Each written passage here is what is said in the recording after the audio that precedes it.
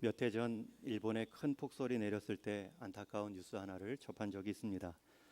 트럭 한 대가 온통 눈 속에 파묻힌 지 며칠이 지나 겨우 발견되었는데 트럭 주인인 아버지와 초등학생 어린 딸이 타고 있었습니다. 시간이 한참 지난 관계로 그 트럭을 파내어 발견했을 때에는 이미 아버지는 저체온증으로 숨을 거둔 채였고 또 어린 딸은 아버지의 외투 점퍼가 입혀진 채 감싸진 채 저체온증이었지만 생명에는 큰 지장 없이 발견된 적이 있습니다. 아마 처음에는 아버지가 딸을 서로 껴안음으로 체온을 유지하려 했었겠지요. 그러나 함께 체온이 떨어져 가는 상황에서 자기 외투를 벗어 어린 딸에게 벗어 입히고 껴안아 주므로 자신이 친히 그 온기를 냉기를 다 막아내는 온몸으로 감싸낸 귀한 사건이었습니다. 이런 류의 아버지 사랑을 보여주는 소식과 영화가 많습니다. 또 하나 기억나는 영화는 같은 폭설의 상황에서 아버지와 아들이 등산했는데 자칫 길을 잃고 내려오다가 미끄러져 절벽에 매달리게 되었습니다.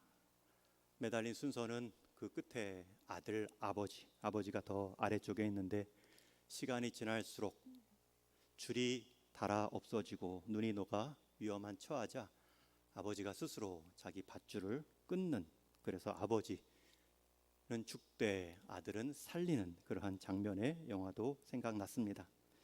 가끔 이런 아버지의 사랑, 아버지의 희생에 관한 뉴스와 영화를 접할 때마다 저 개인적으로는 참 부담이 큽니다.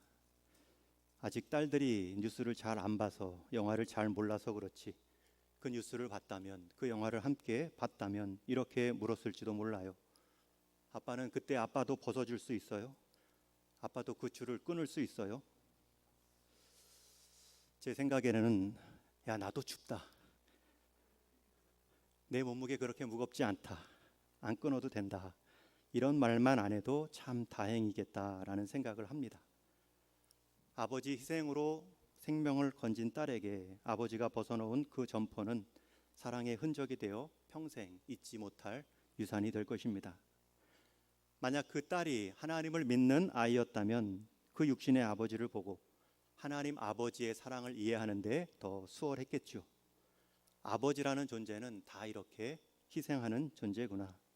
육신의 아버지는 내 생명을 위해 외투를 벗어주었고 하나님 아버지는 자기 자신과도 같은 아들을 벗으셨구나. 예수님을 보내주셨구나.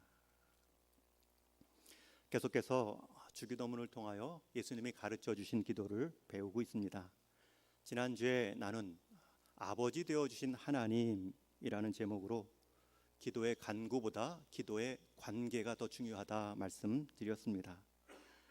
오늘은 한 번 더 그 관계를 강조하는 의미로 하늘에 계신 우리 아버지라는 제목의 말씀을 전합니다. 우리의 기도를 들어주시는 하나님, 이때 중요한 것은 우리의 기도를 들어주시는 하나님 아버지입니다. 우리는 앞에서 육신의 아버지의 사랑을 넘어서는 그 사랑의 원형 되신 하나님 아버지께 기도합니다. 이런 아버지에 대한 신뢰가 우리의 간구를 힘있게 하지요. 아무리 우리의 간구가 화려하고 정당해도 우리에게 관심이 없고 우리의 기도를 듣지 않는 아버지라면 무기력합니다. 그래서 기도는 간구 이전의 관계입니다. 예수님도 제자들에게 기도를 가르쳐 주시는데 다른 어떤 간구의 내용 이전에 아버지라는 호칭으로 관계의 중요성, 기도하는 너희가 하나님의 자녀임을 잊지 말라 말씀해 주셨습니다. 그리고 예수님 자신도 하나님을 아버지로 부르시고 기도하셨죠. 여러분, 예수님은 하나님께 기도하지 않아도 스스로 능력을 행하실 수 있는 분이십니다. 그런 예수님께서 기도하셨다는 것은 기도의 목적이 꼭 능력 얻기만은 아니라는 것이죠. 예수님은 기도를 통하여서 능력을 구한 것이 아니라 하나님을 아버지로 부르며 하나님과의 관계에 대한 누림과 기쁨으로 기도하셨습니다. 계속해서 예수님이 가르쳐 주신 주기도문을 차례로 볼 것인데요, 간구 이전의 관계입니다. 하나님은 우리의 아버지 되어 주셨는데 그 아버지 되어주신 하나님이 어떤 하나님인지를 알고 기도하는가, 이것이 중요합니다. 그래서 예수님은 아버지라는 호칭 앞에 두 가지 수식어를 붙여주셨습니다. 첫 번째는 하늘에, 두 번째는 우리의 아버지라는 표현입니다.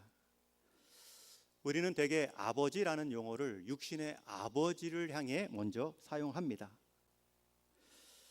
이 땅의 육신의 아버지를 통하여 우리는 하나님 아버지를 추론할 때도 있죠. 제가 몇 번 말씀드린 것 같은데 우리 세 가족들도 있으니 다시 제 육신의 아버지에 대한 말씀을 잠시 나눕니다. 제 육신의 아버지에 대한 기억은 제가 초등학교 3학년 10살 때 그해 10월에 김포공항에서 끝이 났습니다. 80년대 초반 중동 건설붐이 일어났을 때 아버지가 그곳으로 출국하시던 날, 3남매 중에 막내였던 저는 3학년이라 일찍 하교에 있어서 유일하게 제가 집에 있었고 저만 데리고 공항에 가셨습니다.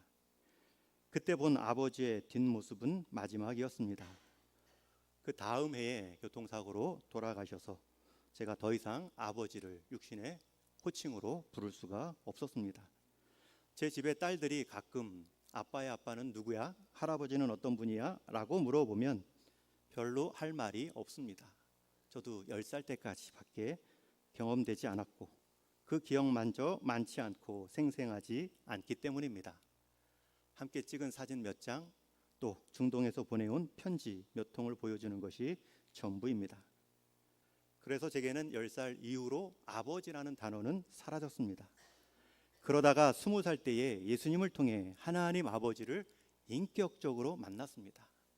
그 하나님이 예수님을 통해 이렇게 사랑을 보여주셨구나. 그제서야 아버지라는 호칭이 다시 살아났습니다. 부족했던 육신의 아버지 상마저 크게 보충되었습니다. 그러다 이제 30대 초반에 제가 두 딸의 아버지가 되었습니다. 얼마나 부담이 컸는지요. 육신의 아버지에 대한 경험은 짧습니다. 어떻게 아버지 역할에 경험이 없습니다. 게다가 하나님 아버지는 이 땅에서 경험한 완벽한 아버지의 원형일 텐데 제가 도무지 흉내낼 수 없는 존재이죠.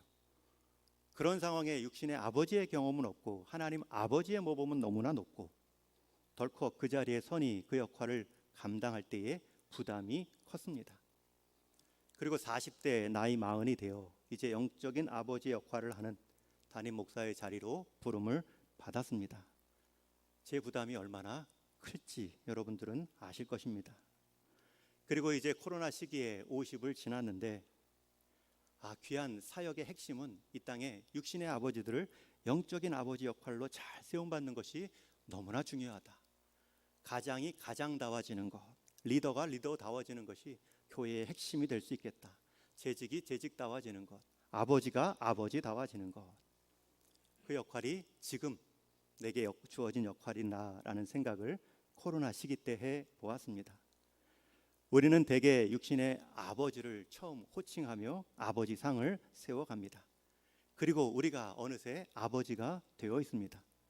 오늘 어린이 주일을 맞이하며 어린이들을 다음 세대들을 생각하지만 우리는 이 어린이날을 제외하고서는 대부분 내 욕심대로 아이를 대하고 자녀들 다음 세대들을 향하여서도 야 나도 춥다 나도 아프다 그런 말을 한 적이 한두 번이 아니죠. 이 땅의 육신의 모든 아버지들은 부담과 낙심이 있습니다. 아버지됨에 어려움을 느끼고 그저 자신이 경험해왔던 자신의 아버지의 모습과 역할을 그대로 닮아 아버지 자리를 지킬 때가 많지요. 가부장적인 방식으로 자식의 마음을 살피려는 노력보다는 소리만 질러댈 때가 많았던 적이 있습니다. 왜 아이들의 말, 왜 다음 세대의 말들을 조금 더 귀담아 듣지 못했을까? 왜 저들이 저렇게 힘들어할까? 우리의 잣대와는 다른, 우리의 상황과는 다른 그들의 고민과 문제는 무엇일까? 라는 곰곰한 생각보다는 그냥 편한 대로 쏘아 붙일 때가 많았죠. 그래서 자녀들의 마음속에 새겨진 상처와 아픔들을 조금만 들여다보면 아버지와 연관된 것이 참 많습니다. 물론 이 시대의 아버지 역할이 얼마나 귀하고 중요한지 모릅니다. 한 가정의 지붕과 같아서 모든 외적 외풍을 막아야 하는 책임과 부담이 있습니다. 그럼에도 불구하고 그 부담과 책임 때문에 맡겨진 자녀들을 향해 분풀이하듯 퍼부을 수 있는 감정의 소모제로 우리 자녀들을 대할 권리는 없습니다. 그럴 때 자녀들이 아버지에 대한 상이 왜곡되기 시작합니다.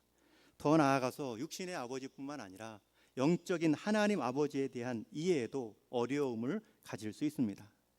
지금도 많은 성도님들 중에는 육신의 아버지에 대한 상처 때문에 하늘 아버지에 대한 상이 왜곡되어 있는 경우도 많습니다. 그래서 우리는 하나님을 아버지로 부르는 그 호칭에 있어서 먼저는 그 하나님 아버지가 어떤 아버지인가를 배워야 합니다. 내 육신의 아버지로부터 투영된 연상된 아버지가 아니라 성경에서 보여주는 하나님 아버지, 또 예수님이 친히 친근한 자리에서 아빠 아버지라 부르며 경험했던 그 하나님 아버지, 그 예수님이 가르쳐 주신 아버지를 우리가 배워야 합니다. 그래서 오늘 말씀 예수님이 가르쳐 주신 아버지라는 호칭 앞에 두 개의 수식어를 살필 것입니다. 먼저는 하늘이라는 단어입니다. 헬라어 원어에는 하늘들이라는 복수형입니다. 하늘이 아니고 하늘들에 계신 우리 아버지요. 여러분, 이 표현은 유대인 사고방식에는 가능합니다. 우리는 하늘이라고 하면 해와 달과 별이 있는 천문학적인 하늘, 파란 하늘을 생각하지만 유대인들에게 있어서 하늘은 우주의 공간적인 개념을 넘어선 하나님이 계신 신적인 공간도 포함하는 단어입니다. 여기서 예수님이 가르쳐 주신 하늘들에 계신 하나님이라는 뜻은 하늘들에 계신 아버지라는 표현은 땅과 하늘 위아래의 공간적 세계가 아닌 피조물과는 구별되는 창조주 하나님이 계시는 차원이 다른 자리, 공간을 뜻하지요. 여러분, 이 말은 하늘에 계신 아버지라는 뜻은 그 우리가 부르는 아버지는 육신의 아버지 정도가 아니라 우리 존재와는 차원이 다른, 우리 존재와는 격이 다른 그러한 자리에서 아버지 되어주시는 하나님이라는 뜻입니다. 당시 이스라엘을 제외한 주변 나라들의 신과는 이렇지 않았습니다. 대제국이었던 그리스와 로마도 그들이 섬기는 신들이 다 사람을 투영한, 반영한 신들입니다. 땅에 속한 신이고 인간과 섞여 사는 신들이 나옵니다. 지난번 성지순례 때 로마 제국의 지배지 나라의 많은 흔적들을 보았는데 로마 제국이 지배한 나라들의 모든 자리마다 신전이 있습니다. 그런데 그 신들이 원하는 내용을 보면 다 사람이 원하는 것을 신들이 예배받고 있습니다. 음란함, 몸을 원함, 시기심, 질투, 심지어 사람들과 다투기도 하고 반신반인도 있습니다. 그러나 성경에서 보여주는 유대인적 사고의 신과는 하나님은 초월에 계신 분, 사람과는 차원이 다른 곳에서 우리를 다스리고 지켜보시는 분이라 말씀합니다. 우리가 신앙 고백 때 사도신경을 통해서도 이렇게 고백하지요.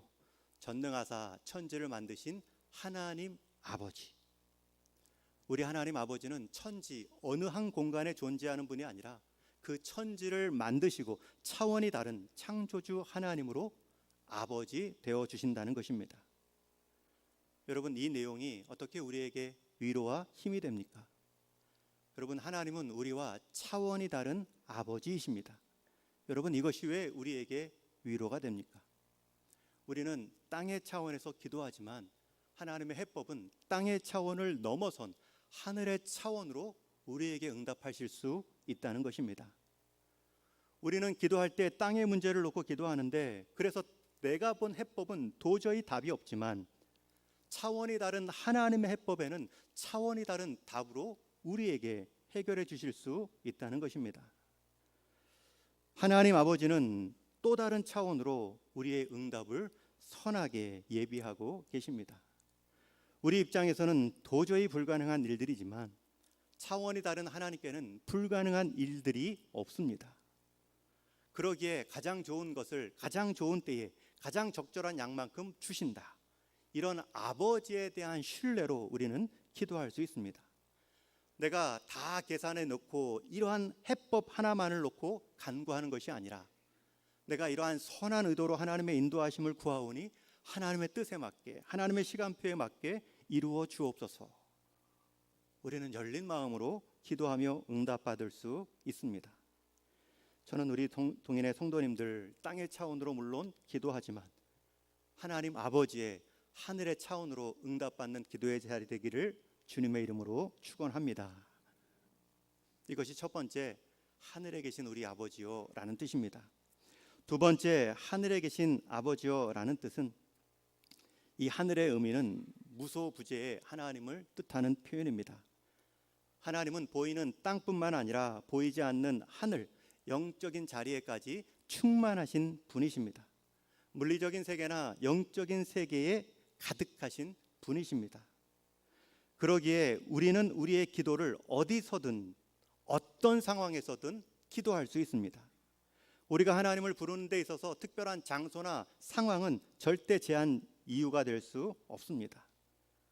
왜냐하면 하나님은 하늘에 계신 하나님이시기 때문입니다. 우리는 언제든지 어떤 문제 앞에서도 하나님을 아버지로 부르며 기도할 수 있습니다. 교회 안에서뿐만 아니라 내 침상과 내 사무실의 책상 위에서도 하나님을 아버지로 부를 수 있습니다. 출퇴근하는 길이나 지하철 승용차 안에서도 우리는 하나님을 아버지라 부르며 기도할 수 있습니다. 아무도 없는 듯한 어두운 밤길에서도, 군대의 한적한 막사 안에서도, 타국 땅의 먼 유학과 출장 중에도 우리는 하나님을 아버지라 부르며 기도할 수 있습니다. 하나님은 절대 장소에 구애받지 않습니다. 또한 하나님은 어떠한 상황에도 구애받지 않으십니다. 하나님은 땅의 차원의 하나님뿐만 아니라 하늘 존재, 하늘 차원의 하나님이시기 때문에 어떠한 땅의 차원의 제한도 능히 굽어 펴 놓으실 수 있는 분이십니다.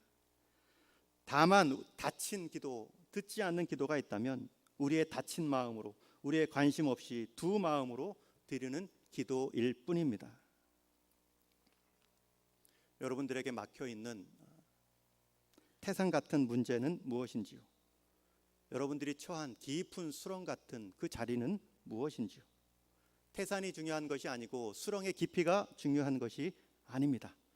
그 자리에서도 내 기도를 들으시는 하나님에 대한 신뢰, 믿음이 있는가가 중요합니다. 그 자리에서도 하나님을 아버지로 부르며 찾을 수 있는 믿음이 있는가? 그것이 기도의 관건입니다. 한때 전화기 중에 애니콜이라는 브랜드의 무선 전화기가 있었습니다. 애니콜이라는 말은 애니, 어디서나 콜, 부를 수 있다, 통한다 라는 뜻입니다. 그래서 이 광고를 보면 산이든 지하철이든 신호가 강하다는 것을 보여주며 통화하는 장면을 보여줍니다. 여러분, 정말 우리가 애니콜 할 수 있는 사람은 하나님을 아버지로 부를 수 있는 기도하는 성도입니다. 여러분들이 태산 같은 문제 앞에, 시험 앞에 쌓여 있다 할지라도 하나님을 향한 여러분들의 기도의 신호는 정확히 전해집니다. 막힘이 없습니다. 깊은 땅속보다 더 깊은 상심의 어둠 속에 있다 할지라도 우리의 기도를 들으시는 하나님의 수신기에는 문제가 없습니다. 다 어디서나 어떤 상황에서도 우리의 기도를 자녀의 문제로 외투를 벗어줄 준비를 하시며 듣고 계십니다. 이 하나님을 우리가 아버지로 부르며 기도하는 것입니다. 저는 우리 동인의 모든 성도님들, 하늘에 계신 아버지, 이 표현이 내 어떤 상황과 어떤 시기에서도 부를 수 있는 아버지에 대한 약속이다 믿으시고 태산 같은 문제, 수렁 같은 내 상황 가운데 굴하지 마시고 하나님께 아버지라 부르시며 나올 수 있는 믿음이 있기를 주님의 이름으로 축원합니다. 이제 두 번째, 우리라는 뜻입니다. 왜 예수님은 하늘에 계신 나의 아버지라고 가르치지 않고 하늘에 계신 우리 아버지요 라고 부르며 기도하도록 강조하셨을까요? 사실 하나님께 우리가 기도할 때는 먼저 나의 하나님, 나의 아버지로 부르는 것이 맞습니다. 어떻게 하나님을 나의 아버지, 나의 하나님으로 부르지 못하면서 우리 하나님으로 부를 수 있겠습니까? 신앙은 남을 통해 대신할 수 없는 자리입니다. 아버지의 신앙이 자동적으로 자녀의 신앙으로 계승되지 않습니다. 내가 신앙이 있다고 내 자녀에게도 자동적으로 신앙이 이어지지 않습니다. 마치 부모가 배고픈 아이 대신해서 밥을 먹어줄 수 없는 것처럼 내가 하나님을 만났다는 그 고백이, 내가 하나님의 약속의 말씀을 믿는다는 그 믿음이 하나님의 은혜를 경험하지 않은 자녀들에게 그냥 전해지지 않습니다. 그래서 하나님에게는 손자가 없다라는 말이 있죠. 다 하나님을 아버지로 불러야 합니다. 나의 하나님, 나의 주님으로 고백하셔야 됩니다. 우리의 신앙의 시작은 나의 하나님으로 시작하는 것입니다. 하나님을 믿는 사람은 다 누구나 1대1로 하나님을 경험하는 것입니다. 아버지의 신앙이 도움이 될 수도 있죠. 오히려 자녀의 신앙이 각성이 될 수도 있죠. 그러나 그 마지막 장면은 하나님과 나와 1대1의 만남입니다. 타인의 신앙 고백, 아버지의 신앙 고백에 빗대어 하나님을 고백하는 것이 아니라 우리 주님으로 인해 하나님을 아버지로 믿습니다. 그래서 우리 아버지여라는 고백 가운데는 이미 그 안에 나의 아버지여라는 신앙적 고백이 전제되어 있는 표현입니다. 그리고 우리에게 우리 아버지여라고 부르도록 가르쳐 주신 이유는 하나님께서는 나를 사랑하시는 것만큼 나와 함께 부름받은 내 형제들, 내 자매와 지체들도 함께 사랑한다는 것을 잊지 말라는 뜻입니다. 여러분, 하나님은 나 한 사람을 위해 아들의 십자가도 주시는 만큼 사랑하십니다. 구원하십니다. 그러나 하나님은 그 구원받은 한 인생이 홀로 믿음의 길 걸어가도록 두지는 않으십니다. 믿음의 형제, 자매를 보내주시고 믿음의 공동체를 이루게 하심으로 그 신앙을 자라게 하십니다. 어떤 분들은 거꾸로 생각합니다. 오히려 혼자 신앙생활할 때가 편하고 믿음이 더 좋았다. 누구의 간섭도 안 받고 누구도 간섭하기 싫다. 교회에서 분란의 모습을 보거나 사람에게 시험당하여 여러 상처를 입은 성도 중에 그런 마음이 드는 것도 이해는 갑니다. 또 때로는 영적으로 하나님께 집중하기 위해 하나님과 독대하듯 일시적으로 한때 그러한 모습을 보이는 것은 유익할 수도 있겠죠. 하지만 그 모습이 그대로 고정된다면 그것은 우리를 자녀로 공동체로 불러주신 하나님의 뜻에 반하는 모습이고 형제 자매들을 통해 공동체를 통해 얻을 수 있는 유익을 놓치는 우를 범할 수도 있습니다. 하나님은 우리를 1대1로 만나주시지만 하나님은 우리가 공동체 안에서 자라기를 계획해 놓으셨습니다. 같은 믿음을 가진 사람들이 서로 한 몸이 되어 받아주고 받아내므로 주님의 몸된 교회를 이루어가는 것이 하나님의 뜻입니다. 하나님은 우리에게 형제 자매들, 믿음의 동역자들을 보내주셔서 나를 격려하게 하시고 나의 격려를 받게 하셨습니다. 나를 도전케 할 뿐만 아니라 나의 도전을 받게도 하셨습니다. 내가 상대하기 힘든 사람들, 사랑하기는커녕 같이 대면하고도 쉽지 않은 사람까지도 그 형제 자매에 하나님은 포함시켜 놓으셨습니다. 믿음의 여정이란 내가 만나고 싶은 사람만 만나는 것이 아니죠. 내가 만나야 할 사람들을 만나는 것이 믿음의 여정입니다. 그런데 그 믿음의 여정에는 하나님께서 나를 세워주는 사람도 붙여 놓으셨지만 내가 세워주어야 될 사람들도 붙여 놓으셨습니다. 믿음의 길 가운데 나를 받아주는, 인내해주는 사람들도 있지만 또 내가 인내해주고 또 나를 받아주어야 할 사람들도 있음을 깨닫게 하시는 것입니다.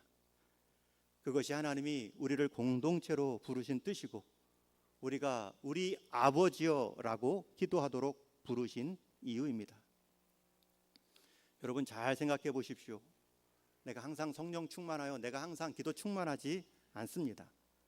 그런데 내가 기도하지 못하는 그 연약함 속에 내가 그래도 살 수 있는 것은 나 대신 우리를 구하여 주옵소서, 우리를 살려 주옵소서, 나를 포함한 기도를 드리는 자가 있기 때문입니다.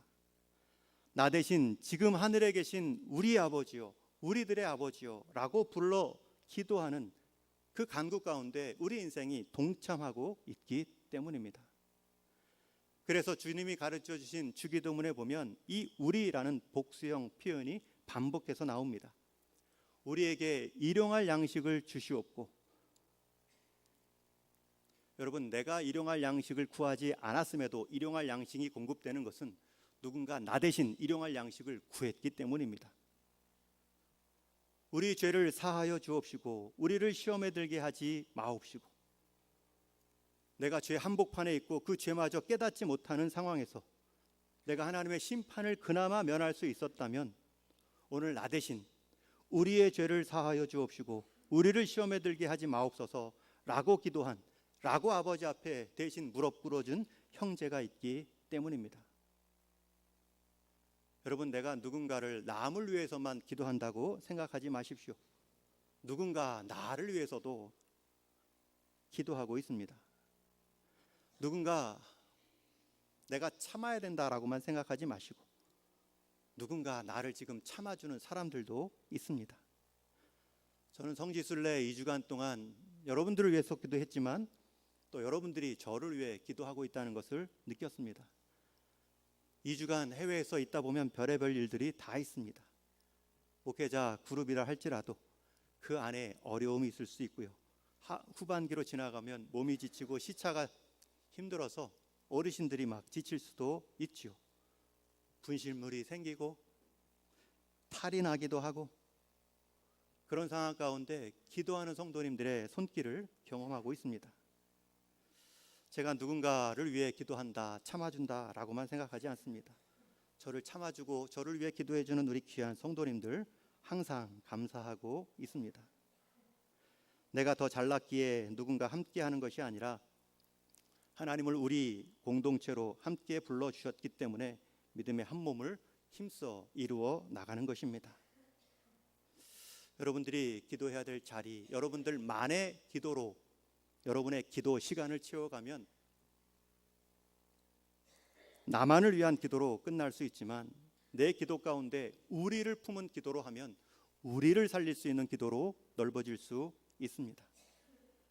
그런 의미로 여러분, 공적인 기도의 자리, 공적인 기도 제목을 힘써 기도하는 자리를 지켜주십시오. 기도하는 자리, 여러분의 개인 기도로만, 개인 경건의 시간으로만 끝나지 말고 기도마저 못하는 연약한 한 성도를 품고 기도하지 않는 이 하나님 나라 한국교회, 이 동인교회 지역의 주민들, 사람들을 위해 기도할 수 있는 기도의 시간들을 잊지 마십시오. 그게 내가 받은 기도의 빛을 갚아나가는 모습입니다. 여러분, 금요 기도회는 그러한 공적 기도를 드리는 가장 대표적인 좋은 시간입니다.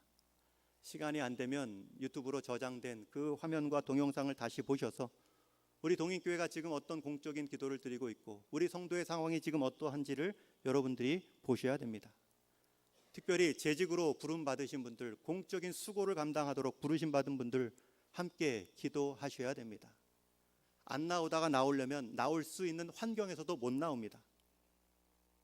다시 강조합니다. 기도 안 하면 해야 될 상황에서도 기도가 안 나옵니다. 그러니 기도할 수 있는 기회 있을 때마다 나오셔야 됩니다. 저녁 퇴근 시간대가 늦어 못 나올 수 있습니다. 온라인으로라도 공휴일이라도 함께 마음 모아 기도해야 그 금요 기도회가 우리 재직의 기도, 동인교회로 기도로 이어질 수 있습니다. 여러분, 다음 세대가 기도를 잃어가고 있죠. 평일의 예배를 잃어가고 있습니다. 수요 예배가 언제까지 지속될까? 우리 어르신들 다 수요 예배의 은혜를 받고 경험한 세대가 사라지면 다음 세대가 수요 예배를 지켜나갈까? 큰 마음의 부담이 있죠. 그러나 그 시작은 오늘 내가 수요 예배를 지키는 것입니다. 내가 누군가를 위해 참아준다, 기도한다 라고만 생각하지 말고 누군가 나를 위해 지금도 기도하고 있고 품어주고 있고 지금과 나를 인도하며 인내해주고 있다라는 사실을 기억하는 것, 그것이 하늘에 계신 우리 아버지요, 우리라는 표현입니다. 더 나아가서 우리에 포함되는 사람들은 교회 밖, 아직 하나님의 자녀가 되지 못한 불신 가족들도 포함됩니다. 우리가 진정으로 하나님을 아버지로 부르며 모시고 산다면 그 아버지의 마음이 누구를 향하여 있는가 세심하여 살펴 그에 맞게 행동하는 것이 참된 자녀의 모습입니다. 탕자의 비유에 나오는 맏아들, 탕자가 돌아왔을 때 그 아들의 모습을 보여주지 못했지요. 오히려 그 둘째 아들 돌아왔을 때 아버지 재산을 흠내고 가문의 명예만 실추한 아들로 탓하지요. 그리고 그 환대하는 아버지를 향하여서 내게는 염소 한 마리도 주지 않았더니 저 돌아온 탕자를 향하여서는 잔치를 벌이고 있구나. 아버지를 타박하지요. 여러분, 그때 아버지의 답이 무엇입니까? 아들아, 내게 있는 것이 다 내 것이다. 여러분, 이 아버지의 표현은 맞습니다. 이미 둘째 아들은 아버지 유산 다 받아 탕진했기 때문에 남아있는 아버지의 유산은 다 장남의 것입니다. 그런데 그 장남은 그러한 마음으로 그러한 아버지의 유산만을 생각해서는 안 되지요. 아버지가 돌아온 아들에 대한 마음이 각별하구나. 그 마음을 헤아려 주며 그 아들 품어주는 큰형의 역할을 감당하는 것이 자녀됨일 것입니다. 우리에게도 집 나간 형제 자매가 있습니다. 곧 돌아와야 할 영적 자매들, 영적 믿음의 지체들이 있습니다. 이번 새봄 가정신방 때 작성하여 작정한 태신자들, 해마다 그 이름이 새롭게 기록된다 할지라도, 해마다 그 이름이 반복되는 이름이다 할지라도 얼마나 귀한 이름인지 모릅니다. 하늘 아버지를 향해 함께 부름받은 자녀로 서도록 기도하는 그 모습은 하나님이 기뻐하는 모습입니다. 함께 한 생명 가을 때마다 우리가 초청하여 예배 드립니다.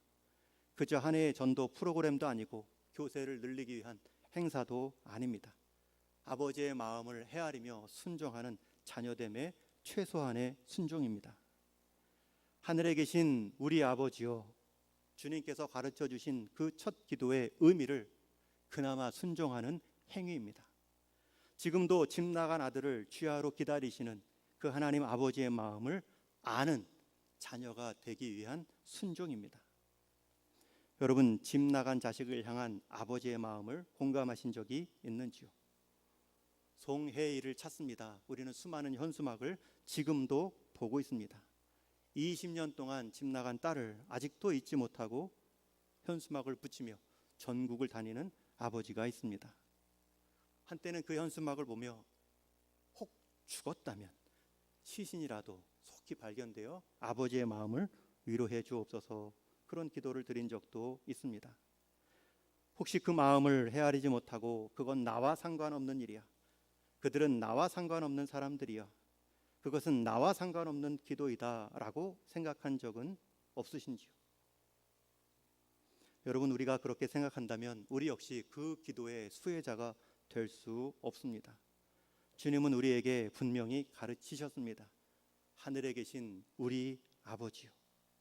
여러분, 우리가 세상 밖에 한복판에 있을 때, 하나님을 알지 못했을 때 우리를 위해 수없이도 우리 이름을 불러가며 기도했던 그 사람들의 기도 때문에 오늘 저와 여러분이 이 자리에 있는 것입니다. 내가 누군가의 이름만을 부르며 기도한 인생이 아닙니다. 나 역시 누군가에 의해 수없이도 하나님 저 인생 붙들어 주옵소서, 사용하여 주옵소서 기도의 대상으로 부름받은 이름들입니다. 잃어버린 형제, 집 나간 가족들을 위해 기도하고 하나님께 인도하려는 순종의 사람들, 그 모습이 참된 하늘에 계신 우리 아버지요 라는 의미를 알고 기도하는 모습입니다. 이제 말씀을 정리합니다. 오늘 본문 함께 읽은 말씀에 보면 기도에 간구하는 내용과 기도의 대상이 나오죠. 7절, 8절은 구하라, 찾으라, 두드리라, 그것을 두 번이나 강조하고 있습니다. 그러나 이 간구하는 태도보다 더 중요한 것이 무엇입니까? 9절부터 11절에 나오는 그 기도를, 그 간구를 들으시는 아버지입니다. 11절에 보면 너희가 악한 자라도 좋은 것으로 자식에게 줄 알거든 하물며 하늘에 계신 너희 아버지께서, 하물며 하늘에 계신 우리 아버지께서 구하는 자에게 좋은 것으로 주시지 않겠느냐. 여러분, 이런 분이 우리가 부르는 아버지로 모시는 하나님이십니다. 하늘에 계신 아버지, 여러분, 차원이 다른 답을 갖고 우리를 인도하시는 분이십니다. 하늘의 아버지, 이보다 더 강한 하나님을 부를 수 있는 호칭은 없습니다. 친밀한 관계에 부르짖음은 없습니다.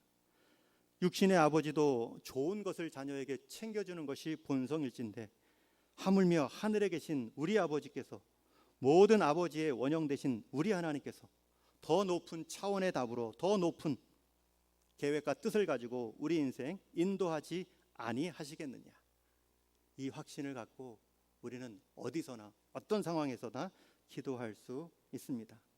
그리고 그 하나님 아버지는 우리만의 아버지일 뿐만 아니라 아직도 그 하나님을 부르지 못하고 알지 못하고 잠시 품을 떠난 사람들의 아버지도 되어 주실 수 있습니다. 그들을 불러내어 함께 예배하는 것이 교회의 사명이고 교회의 존재 목적입니다. 그 행함이 내가 교회됨의 바른 모습입니다. 하늘에 계신 우리 아버지요, 여러분 기도하실 때마다 깊이 있게 묵상하시고 믿음을 담아 이 하나님을 불러보십시오. 우리의 기도의 자리가 새로워질 줄로 믿습니다. 나의 자녀됨의 자리가 새로워질 줄로 믿습니다. 그리하여 우리의 믿음과 우리 동인교회도 새로워질 줄로 믿습니다. 그 아버지를 날마다 부르시며 살아가시는 자녀의 특권 누리시는 저와 여러분 되기를 주님의 이름으로 축원합니다.